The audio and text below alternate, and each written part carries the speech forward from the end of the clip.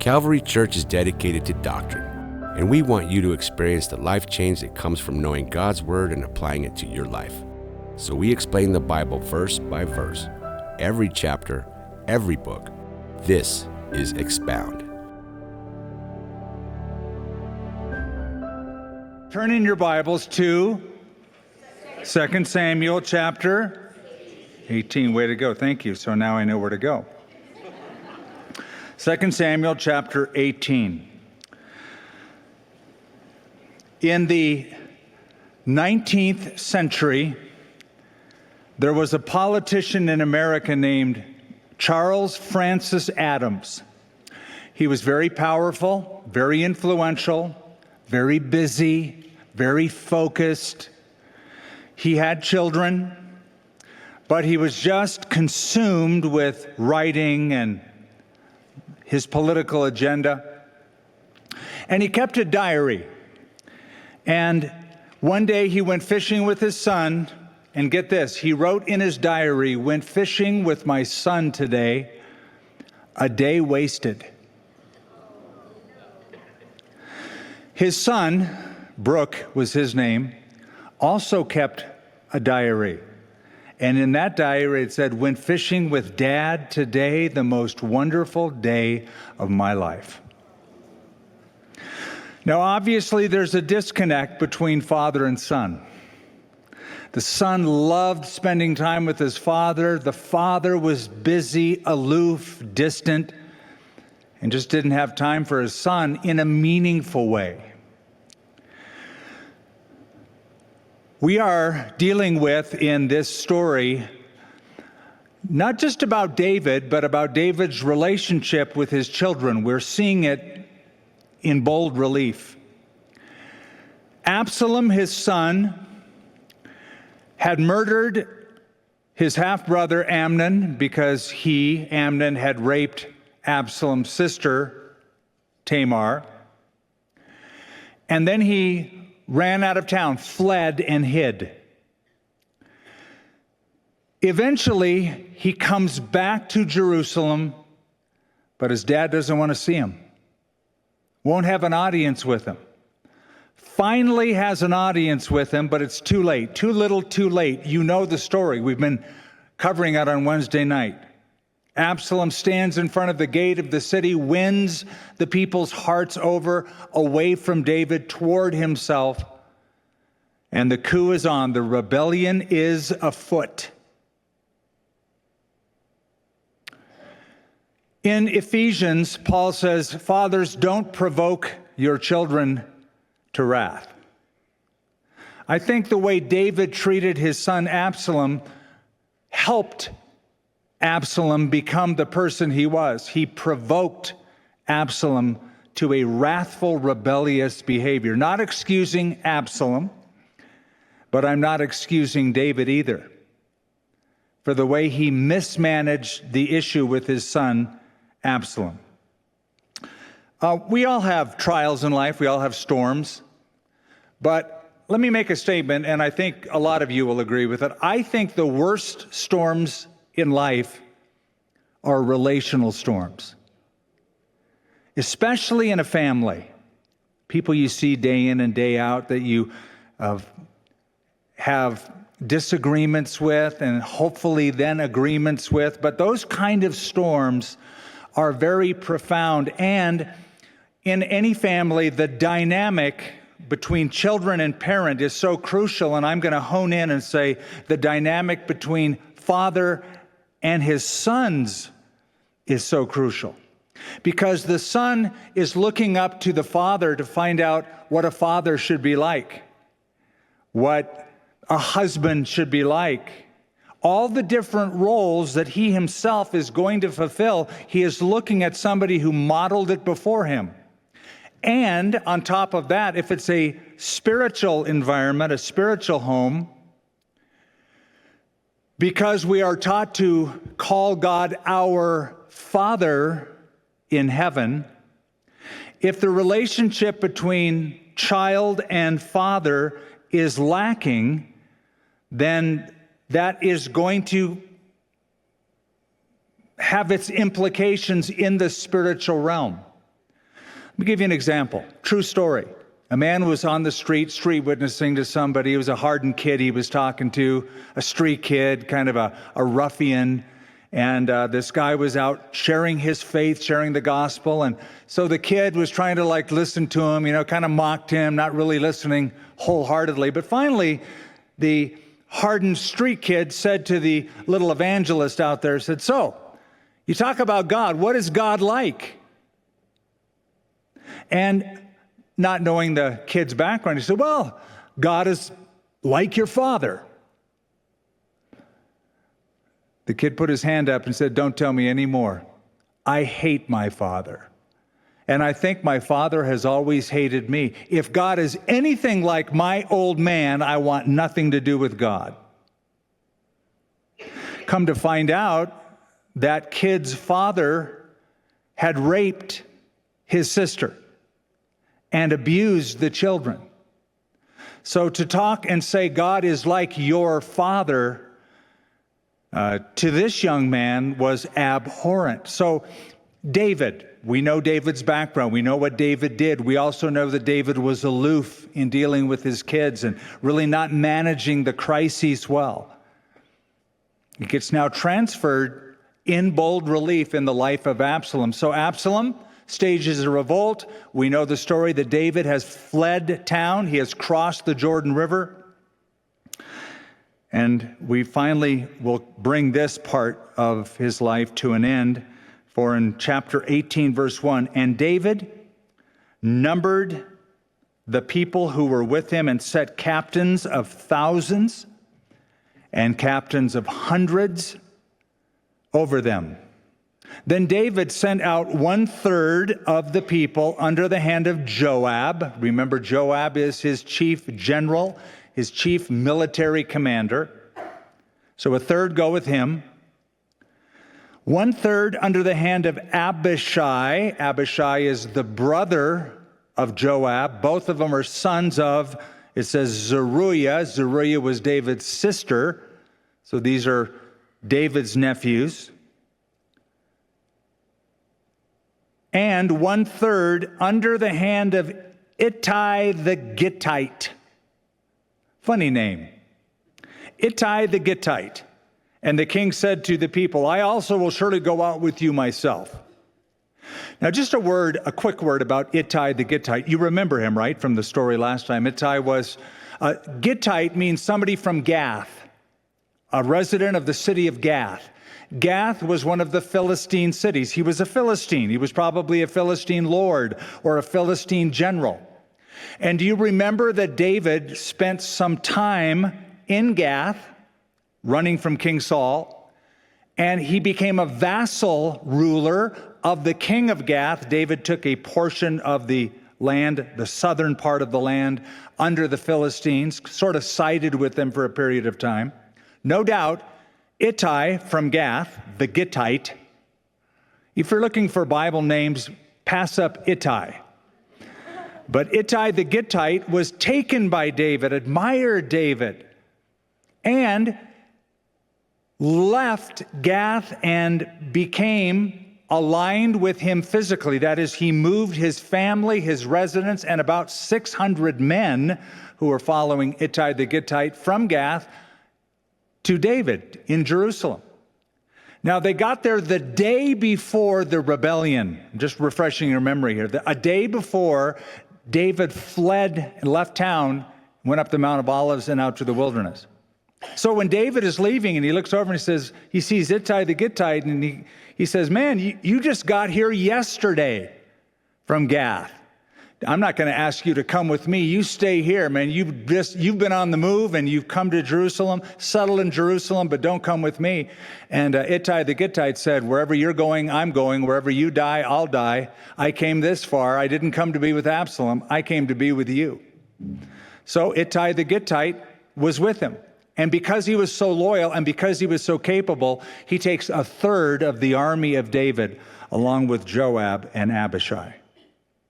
So the strategy is divide and conquer, a very practical and even modern technique in warfare. You divide the troops and you select the different fronts that you're going to do battle on. But notice, David said, I also will surely go out with you myself. I'm going to come to war too. David loved war. He loved it because he was good at it.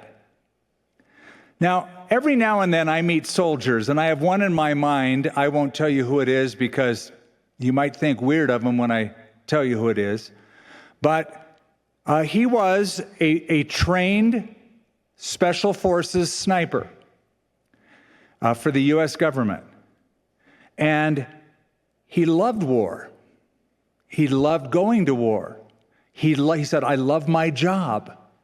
I never want to stop doing it. I mean, he felt called to be a soldier. I think David felt that way. He felt very at home in the battlefield. So he says, I'm coming too. I'm going to go to war with you guys. But, verse 3, the people answered, you shall not go out. For if we flee away, they will not care about us, nor if half of us die will they care about us. But you are worth 10,000 of us now. For you are now more help to us in the city. You see, David would be what they call in military parlance an HVT, a high-value target. If you take David out, you destabilize the whole army. It is why leaders in battles are sought for destruction. When Putin first invaded Ukraine, he was after, and he had to be, he was after Vladimir say it again? Zelensky. I was going to say Belinsky. Vladimir Zelensky. So Zelensky had to get extra cover and extra protection because that's a high-value target. We will destabilize the country if we take him out. So it is with David. They say, no, you're better if you stay here. So the king said to them, verse 4, whatever seems best to you, I will do. And so the king stood beside the gate, and the people went out by hundreds and by thousands. Now, the gate is not the gate of Jerusalem. Remember, David fled Jerusalem. He's crossed over the Jordan, and he is now in a town. I don't expect you to remember all these names, but the town's name is Mahanaim. And Mahanaim, just to refresh your memory, was the town that Ishbosheth, the son of Saul, made his headquarters. He's out of the picture. David has gone over to Mahanaim, and he is, because he secured that as part of his eastern flank, and so they're favorable toward David. That's the city he is in. David is in the gate of that city as the troops go out to battle by hundreds and by thousands. Now the king, verse 5, commanded Joab, Abishai, and Ittai, saying, deal gently for my sake, and notice how he puts this, with the young man Absalom. Now you will notice, and I'll just bring it up now so we don't have to notice it later, but 4 times in the passage, David will refer to Absalom, the rebel, the murderer, the rebel, the false king, as the young man Absalom. Because in this passage, he is not really dealing with this rebellion like he would a king. He is dealing with this rebellion like a dad would deal with it. And he is both. He is both a father, but he is also the king. And, but the way he's putting it, it's like, oh, he's just a kid. Kids, they get into trouble. They do drugs and they stage a rebellion against you. That's just what kids do. He's young, he's inexperienced. We'll get this ironed up, handshake, hug, we'll get over it.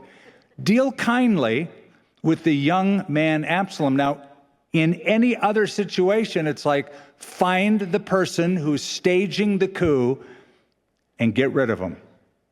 But not here. So deal kindly for my sake with the young man Absalom. And all the people heard when the king gave the captain's order concerning Absalom.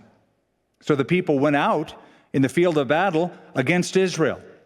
And the battle was in the woods of Ephraim. Now, I can't really describe to you what that looks like, though I know what it looks like, but I'm going to try my best. Israel, as I've said on many occasions, is a land of hills and valleys. And some of them are very precipitous, very steep, and very rocky. And this happens to be east of the Jordan River, up north in an area known as Gilead, and it's densely forested. There were no roads, no highways. And so because of the steep terrain and because of the dense woods, it was a dangerous place to hold a battle, as you will see. So he goes to the woods of Ephraim. The people of Israel were overthrown there before the servants of David, and a great slaughter of 20,000 men took place there that day. For the battle there was scattered over the face of the whole countryside, and the woods devoured more people that day than the sword devoured.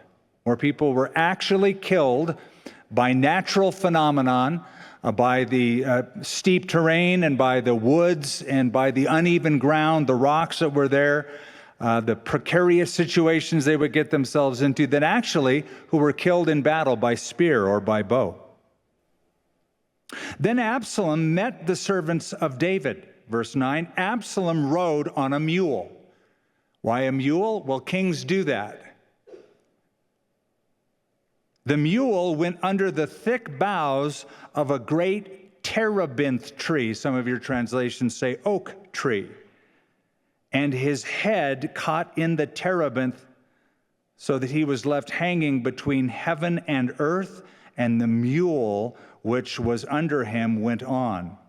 Now a certain man saw it and told Joab, and he said, I just saw Absalom hanging in a terebinth tree. This tree, officially known as a Pistacia terebinthus, is a large, sturdy tree found in the Mediterranean regions of the Middle East. And I know you get the picture that he's hanging there by his hair. He very well may have been, but it doesn't say that he was. It just says his head got caught. Actually, his head may have been caught in the fork of two branches. So he's kind of hanging by his neck. His head's caught in it. Or it could be that his hair got caught. We don't know. Josephus, in his book Antiquities of the Jews, chapter 7, does say it was his hair, but that's just a guess. There's no indication in the text that it was. But I'm going to go with the hair thing. Why? Because that was the point of his pride. Do you remember that he weighed his hair every year?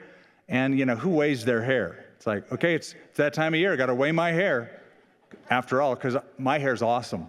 So he weighed his hair, and it was like, 4 to 5 pounds every year, and he'd cut it once a year. And it was such a prideful thing for him, and it could be that, now it became a hang-up to him, quite literally. He's just kind of dangling there on the tree. And a certain man, we're not told whom, but somebody in the army saw it and told Joab. Now, one thing you discover about Joab, you've already discovered it. He was ruthless. He was merciless. You remember what he did to Abner when Abner came down to David and said, David, I'm going to deliver the northern kingdom down to you. And when Joab found out that Abner, the general for the other side, was having a personal meeting with David, he took that very personally and objected to it. And under the guise of, well, you killed my other brother, so I'm going to kill you, he took him out and pretended that it was a peaceful meeting, but in treachery, he killed him. So he tells Joab. Joab is the commander of these forces. So Joab said to the man who told him, you just saw him. And why didn't you strike him there to the ground? I would have given you 10 shekels of silver and a belt. I'd give you a prize, man. I'd give you 4 ounces of silver, which is 10 shekels. I'd give you like a, WWC belt. I'd give you, some prize for doing it. It'd be a military belt. But the man said to Joab, though I were to receive 1,000 shekels of silver. If you were to give me 25 pounds of pure silver, I wouldn't raise my hand against the king's son. For in our hearing the king commanded you and Abishai and Ittai, saying, beware lest anyone touch the young man Absalom. Otherwise, I would have dealt falsely against my own life. Look, I'm not going to sign my own death warrant by going against the king's wishes. And then I like this. For there is nothing hidden from the king. He knew that David had quite an information network. It's going to get back to David. Can't hide anything from him. He's got ears everywhere. He has loyal people everywhere. There's nothing hidden from the king. I was just reading this morning, and perhaps some of you were reading it as well, Proverbs chapter 5, because of the date that it is. And so I'm reading through, and there in Proverbs 5, verse 21, it says, for the ways of a man are before the eyes of the Lord, and he ponders or views or weighs all of his goings. It's a good thing to remember that you can't hide anything from the king. That he has the perfect network. He sees everything. He hears everything. He knows everything we think. Nothing is hidden from his eyes, it says in the book of Hebrews. Nothing is hidden from his sight. All things are naked and open before the eyes of him with whom we have to do. So he realizes this on an earthly level. Nothing's hidden from the king, and you yourself would have set yourself against me. So no way, and no thanks. I'm not going to go after him. You heard the king. And Joab said, I can't linger with you. I'm not going to sit and talk to you, you underling. And he took 3 spears in his hand and thrust them through Absalom's heart while he was still alive in the midst of the terebinth tree. He's a sitting duck.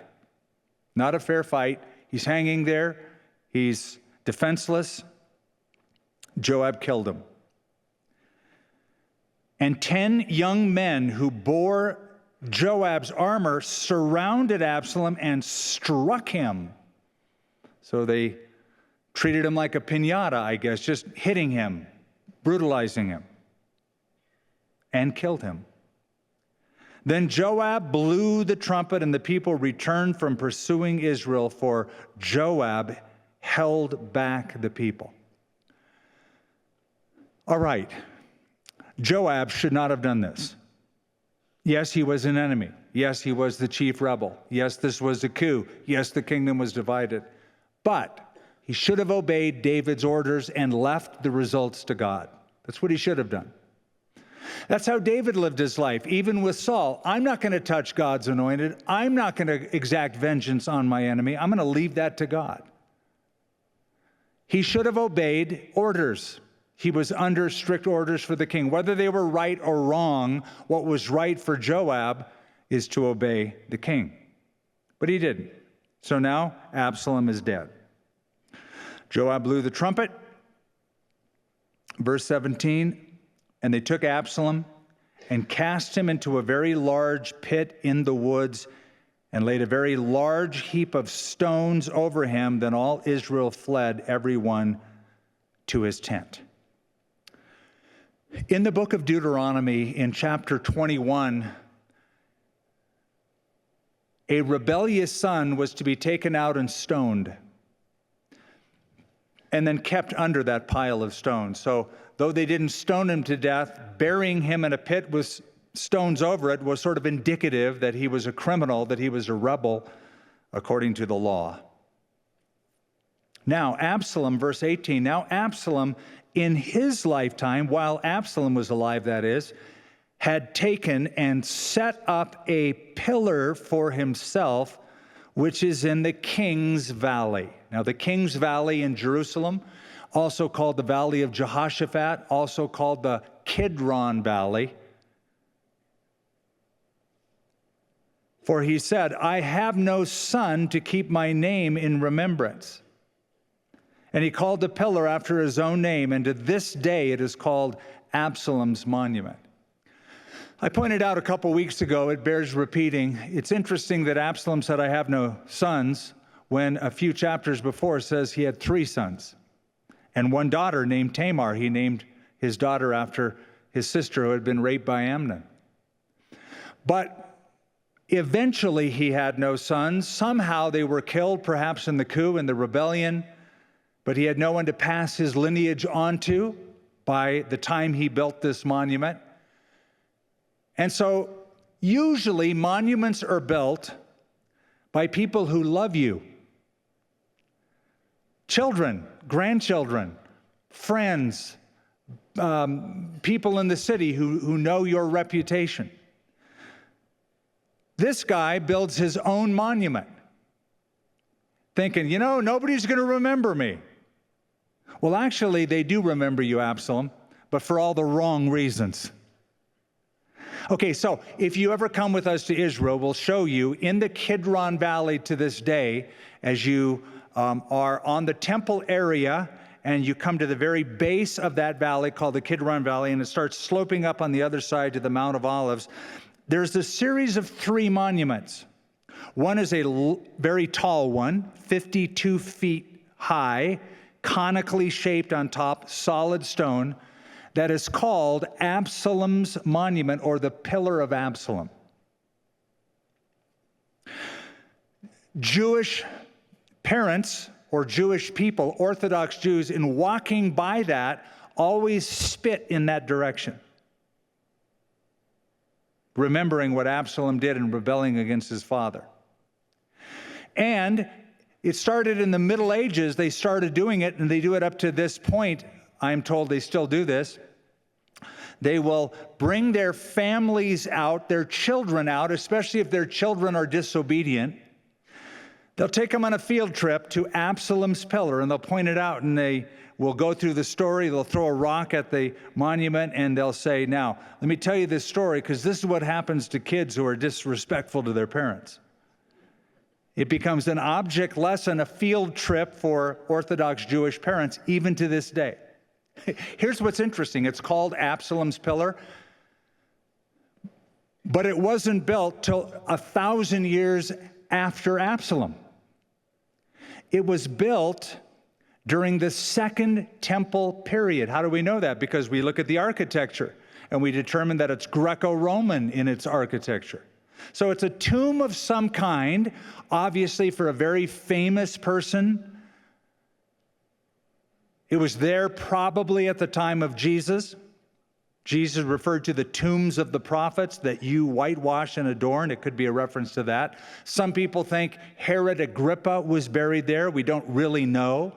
It could be that Absalom's pillar was there at one time, fell over, and years later, this Greco-Roman tomb in the Second Temple period was built. But remind me next time we're in Israel, and I'll point it out to you. Called it Absalom's monument. Now, I mentioned that Absalom, unless you read that, you wouldn't think of Absalom's monument. I'm glad that's there so I can remember him. You remember him. But the reason you remember him is because of his life. And that is the monument you leave. The monument you leave, I mean, you can have any picture or anything on your tombstone you want or any adornment you like, but actually the monument we all leave is the monument of our life. And everybody at some point in the future will know what that life is. Things that you think are hidden come out. And so he's buried under some pile of rocks up north, but he had a monument built in his honor so people would remember his name. Then, verse 19, Ahimaaz, the son of Zadok. I don't expect you to remember him, but we did cover him a couple chapters back. He was the son of one of the priests. He was the messenger that would run back and forth to David to tell him the news of what was going on in Jerusalem with Ahithophel and the others. Ahimaaz, the son of Zadok, said, "Let me run now and take the news to the king of how the Lord has avenged him of his enemies." Boy, he's excited to bring this message to King David. Enthusiastic. Joab said to him, "You shall not take the news this day, for you shall take the news another day. But today you shall take no news, because the king's son is dead." And why do you suppose Joab told him that? Well, he knew David. That's why. Remember when the Amalekite came from Mount Gilboa with news of Saul's death? David killed him, killed the Amalekite. Because the Amalekite bragged and said, "Yeah, there was Saul, and he leaned against the spear, he didn't die, and he begged me to kill him. I killed him." David said, "You did, huh?" So he killed the Amalekite. So Joab says, "You know what? You may not want to be the messenger today. Save that for another day. Hold that thought." So Joab said to the Cushite. Now, a Cushite is somebody from the Upper Nile region. Cush was Nubia, or a part of Ethiopia.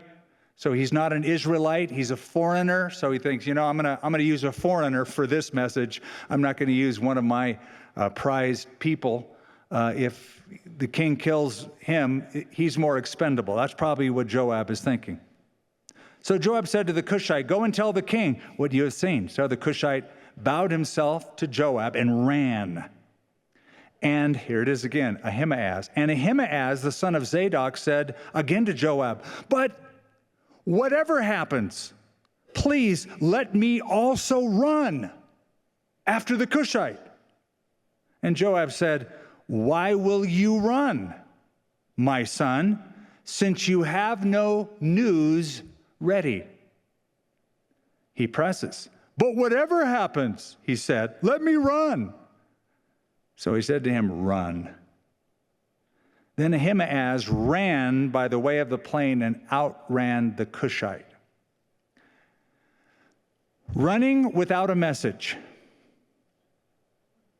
Man is very enthusiastic. He wants to run. He wants to do something, but he doesn't have all the information. I fear that there are people like that. Sometimes in the ministry, young men in the ministry, "Man, I want to run. I want to preach." You don't have a message. "Yeah, but I still want to run. I still want to preach. I really want to do it." And what happens if you run without a message or a calling? You will get burned out. You will get angry at the people you minister to. You will quit the ministry midstream.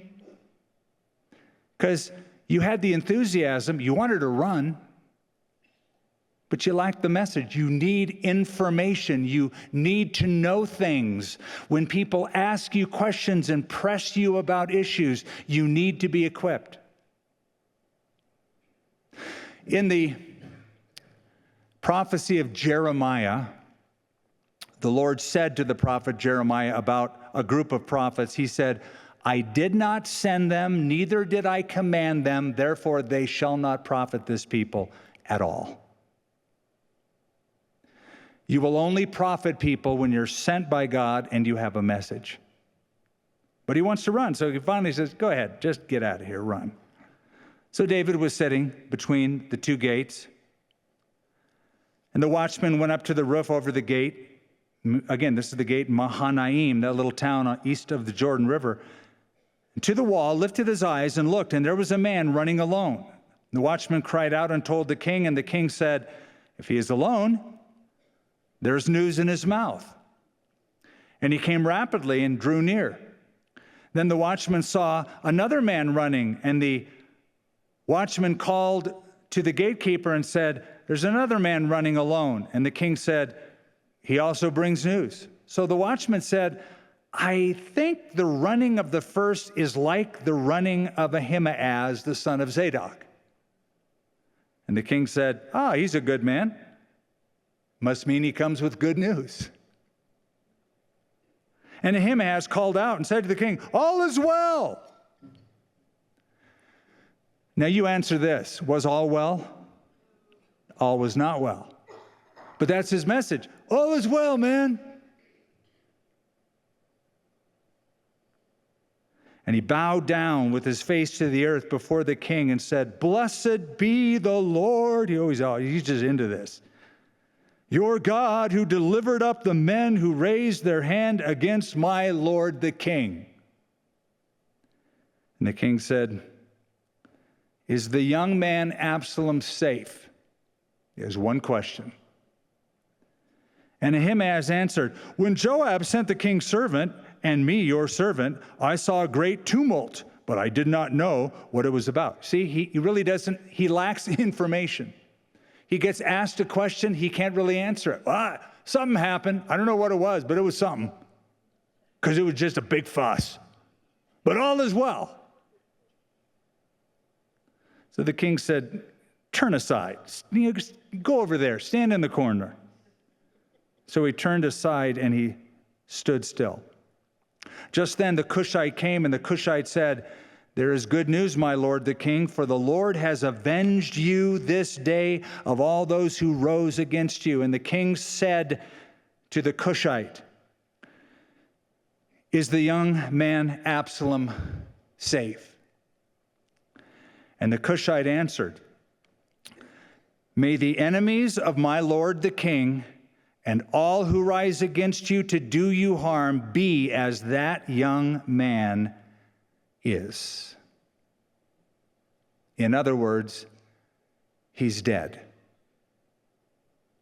Then the king was deeply moved and went up to the chamber over the gate and wept. And as he went, he said thus, "Oh, my son, Absalom, my son, Absalom, my son. If only I had died in your place, oh, Absalom, my son, my son."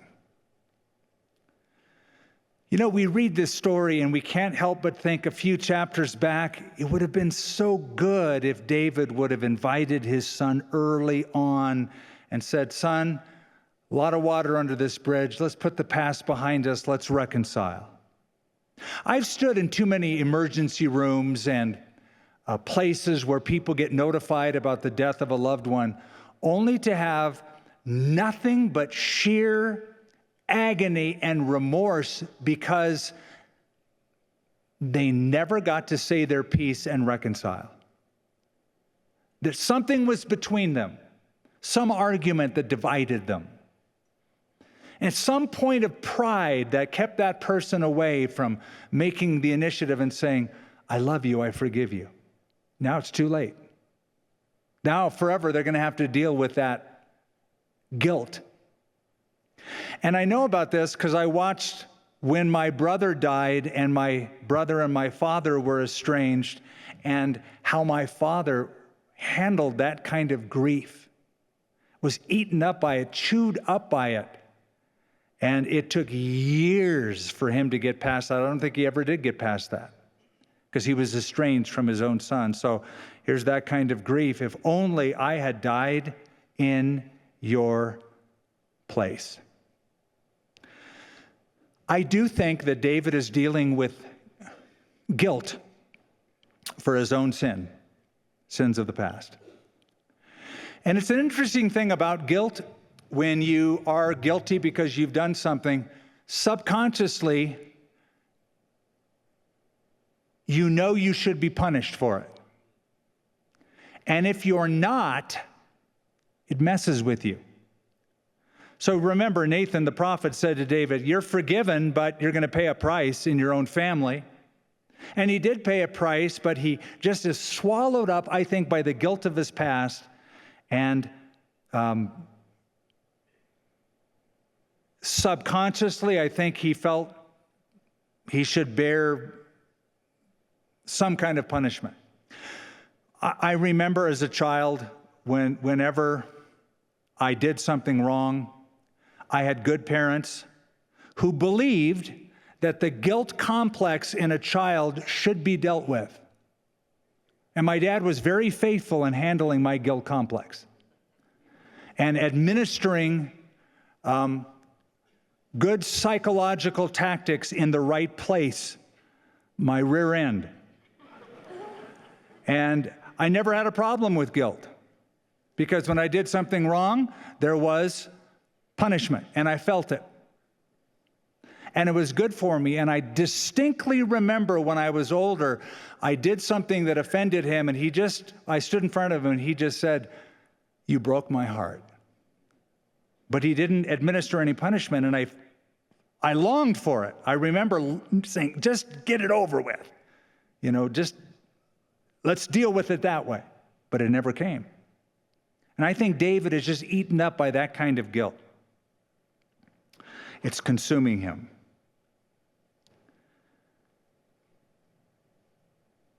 And Joab was told, "Behold, the king is weeping and mourning for Absalom." So the victory that day was turned into mourning for all the people. For the people heard it and said that day, "The king is grieved for his son." And the people stole back into the city that day as people who are ashamed steal away when they flee in battle. In other words, they're walking on eggshells. They're just, don't say anything. Just, they're ashamed. They're acting as if they lost the battle. But the king covered his face. The king cried out with a loud voice, "Oh, my son, Absalom! Oh, Absalom, my son, my son." There are stages of grief, as most of you well know. When there's a tragic loss, immediately there's denial. That's usually the first stage. No, it couldn't have happened. No, you're mistaken. Tell me it's not true. Second, anger. Who did this? Whose fault is it? Or I'm angry at myself. Guilt is part of it. Usually I'm guilty. I should have, I could have. Why didn't I? Followed by depression, eventually followed by hope. Those are the stages typically of grief. David is in the stage of denial and anger. It's understandable, certainly, but as a king during this time, not good, as you'll see. Let's try to finish that up. Then Joab came into the house to the king and said, "Today you have disgraced all your servants who today have saved your life, the lives of your sons and daughters, the lives of your wives, the lives of your concubines, in that you love your enemies and hate your friends. For you have declared today that you regard neither princes nor servants, for today I perceive that if Absalom had lived and all of us had died today, then it would have pleased you well." Grief is understandable, and on this day, we completely get it. But let me play this out over time. Some people get swallowed up and even consumed by grief to the detriment of others around him or her, and often other sons and daughters in the family.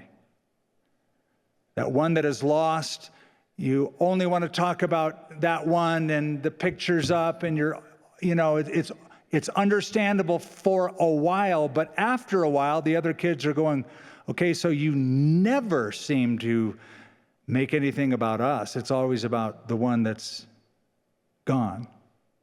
And it can be detrimental in a family over the long haul. My mother did not deal well with the death of my brother. She kind of did the opposite of what people do in grief. She took out all the pictures of him, all the reminders, all of his stuff. If you walked into the house, you would never find a shred of evidence that I even had a brother. And my aunt came one day and said, "Agnes, where's Bob's picture?" "Oh, I can't have it up. It's too painful." She said, "You must have it up. He's your son. He's your husband's son. He's Skip's brother and Rick and Jim's brother. You must have it up. You need to honor his memory. And though it is painful, you need to work through the pain." And it was the best advice we could ever get.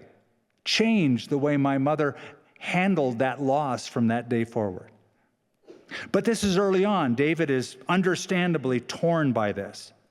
But Joab understands this is a very crucial moment for the nation. So, verse 7, now therefore arise, go out and speak comfort to your servants, for I swear by the Lord, if you do not go out, not one will stay with you this night. And that will be worse for you than all the evil that has befallen you from your youth until now. You think it's bad? It's been bad up to this point? You ain't seen nothing yet. And the king arose and sat in the gate. And they told all the people, saying, there's the king sitting in the gate, back to business. And so all the people came before the king, for every one of Israel fled to his tent. Now, in this instance, Joab is right. Proverbs 27, faithful are the wounds of a friend, the kisses of an enemy are deceitful. A friend stabs you in the front, an enemy will stab you in the back. A friend will come in and confront you eye to eye and say, okay, David, here's the skinny. You're going to lose everybody, because they feel like, here they have fought for you, and you are more interested in the loss of your young one, the young man Absalom, than over all that they have sacrificed for you. And it'll be far worse. At this point, Joab understood they don't need a crybaby as a leader. They need a strong person to deal with the nation in a strong way. There is a time to mourn, but don't do it this way in front of the people. You'll alienate them.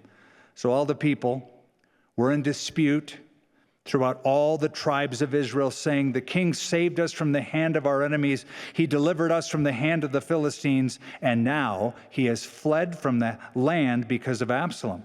But Absalom, whom we anointed over us, has died in battle. Now, therefore, why do you say nothing about bringing back the king?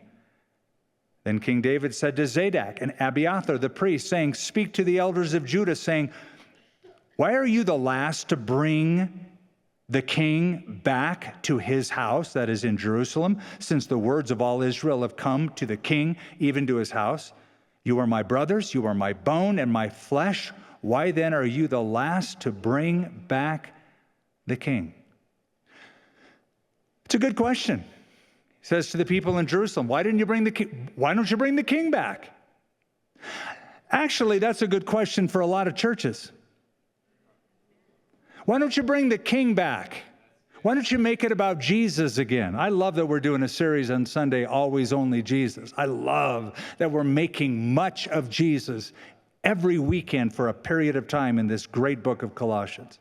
But we should always bring the king, make much of Jesus. It's not about us and our little feelings and this and that. All that's important to him. He can handle it. But we exist for his pleasure, it says in Revelation, for his purpose. Bring the king back. Enthrone the king. Worship the king.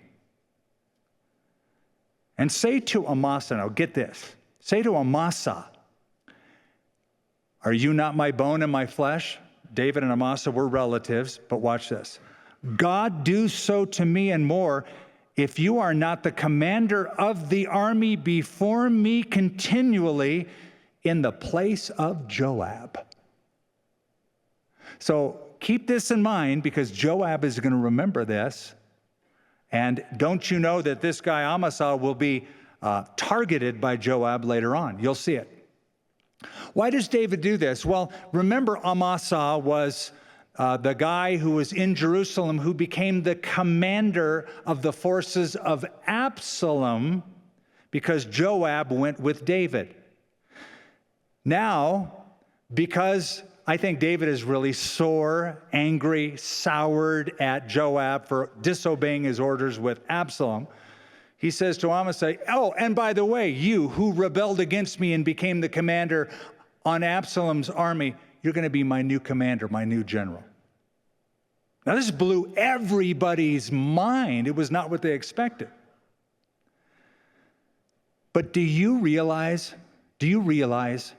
when our King Jesus comes back, he is going to reward us with the most awesome, most unusual rewards, So much so that we were going to rule and reign with him, the Bible says, in his kingdom. Now, God loved us in that while we were still sinners, Christ died for us. And then when the king comes back, he's going to reward us who were once his enemies.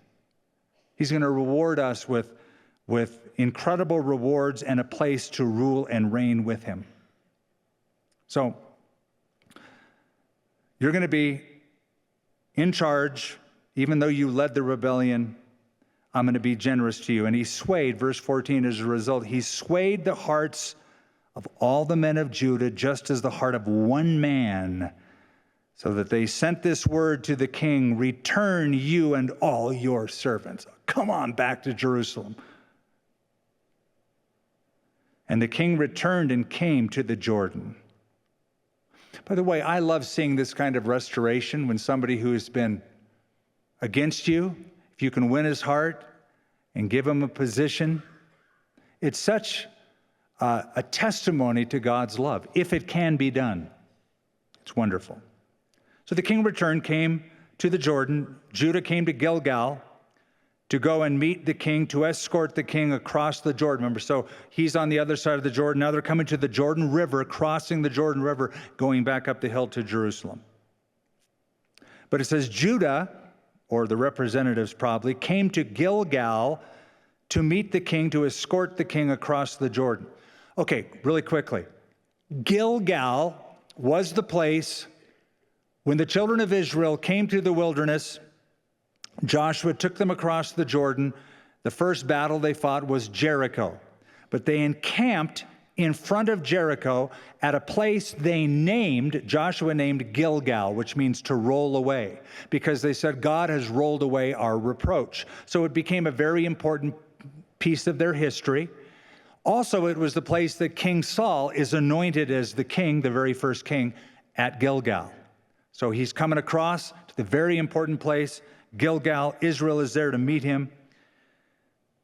And verse 16, Shimei, remember that guy who was throwing rocks in the air and dust and cursing the king last time when he was going out of town? The son of Gera, a Benjamite, who was from Bahurim, hastened and came down with the men of Judah to meet King David. There were 1,000 men of Benjamin with him, and Ziba, the servant of the house of Saul, and his 15 sons. Remember, Ziba was the guy who said, Mephibosheth, he doesn't care about you, and he lied to him. In verse 18, the ferry boat went across to carry over the king's household and to do what he thought was good. Now, Shimei, the son of Gera, that's that foul-mouthed Benjamite, fell down before the king when he had crossed the Jordan. And he said to the king, do not let my lord impute iniquity to me. When he cursed David and when he was leaving town, he thought, I'm never going to see David. David's in the rearview mirror. He's never coming back. David goes, I'm back. And so this guy's shaking in his little Israeli boots. He goes, don't let the Lord my Lord impute iniquity to me, or remember what wrong your servant did on the day that my Lord the king left Jerusalem, that the king should take it to heart. I was just joking. For I, your servant, know that I have sinned. Therefore, here I am, the first to come today of all the house of Joseph, to go down to meet my Lord the king. But Abishai, now do you remember the story? Abishai, when Shimei was cussing out David, Abishai said, let me go over and take his head off. David said, oh, stop it. So here he is again, Abishai. The son of Zeruiah answered and said, shall not Shimei be put to death for this, because he cursed the Lord's anointed? David said, what do I have to do with you, you sons of Zeruiah, that you should be adversaries to me today? Shall any man be put to death today in Israel? For do I not know that today I am king over Israel? Therefore the king said to Shimei, you shall not die. And the king swore to him. It sounds very gracious of David, but it's not really. Because And you'll read about it, so remember this. By the time we get to 1 Kings chapter 2, when David's son Solomon is the king, and David's on his deathbed, he goes, Solomon, come here. Before I die, a couple things. And one, that character, Shimei. He cussed me out. He threw rocks at me. I forgave him. I didn't take his head off. I told him that I wouldn't kill him. When I came back, I didn't. But may God give you wisdom. You handle him as you see fit. But then he added this, but don't bring his gray head down to the grave in peace. In other words, you may want to kill him. So, yeah, it sounds like forgiveness, but it's not really full forgiveness. And sometimes we forgive that way. Oh, I forgive you, but I'll never forget. Well, that's not forgiveness. That's burying the hatchet, but keeping the handle exposed in case you need it next week. To forgive is to walk away and never handle it and deal with it again. So David said, yeah, I forgive you. Sort of.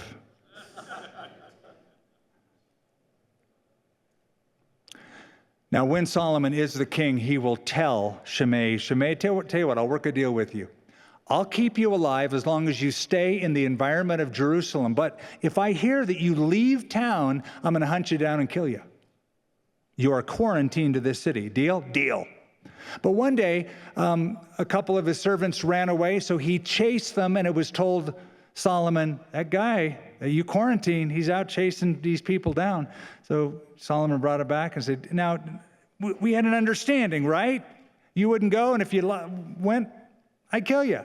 So in true mafioso form, it's like the Godfather brings people in and goes, so now I made you an offer you can't refuse. I'm going to kill you. So he kills them. And that's the end of Shimei. He will be dead. Now verse 24. I don't know if we can finish this. It's a long chapter. Mephibosheth, the son of Saul, came down to meet the king. So let me kind of sum this up. Ziba, who kept Mephibosheth, had come to David when David was leaving, saying, well, Mephibosheth didn't come because he wants to be the next king. He thinks that the kingdom's going to come back to him. That was a lie. Now Mephibosheth shows up. David says, okay, Phoebe, why didn't you come? Ziba said that, you were waiting for the kingdom to come to you. He goes, that's not true. I've been slandered. It's a lie. And so what the king does to Mephibosheth and Ziba is like he didn't know who to believe. Ziba said one thing, Mephibosheth said another.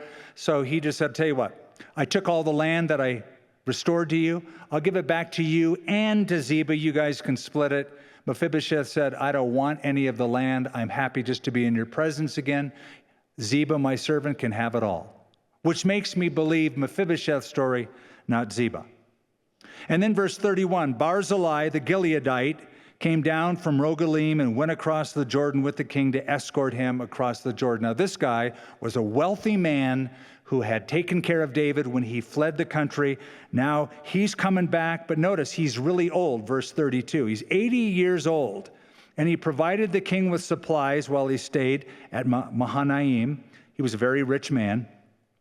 The king said to Barzillai, come with me, I'll provide for you while you're in Jerusalem. And basically he said, look, I'm an old codger. I'm not going to go pull up my roots here. I got everything I need here. I don't want to make the journey. Let me die in peace here and be buried. And so David said, fine. But Barzillai said, tell you what, take another guy in my place, a guy by the name, verse 38, of Chimham. These are odd names. Chimham is how you'd pronounce it. So the king turned to Chim and said, okay, good, come on, I'll take care of you. Probably that was Barzillai's son. And so he said, look, I'll take care of him. I want to make good for your family. So now there's a quarrel. And it's about the kingdom.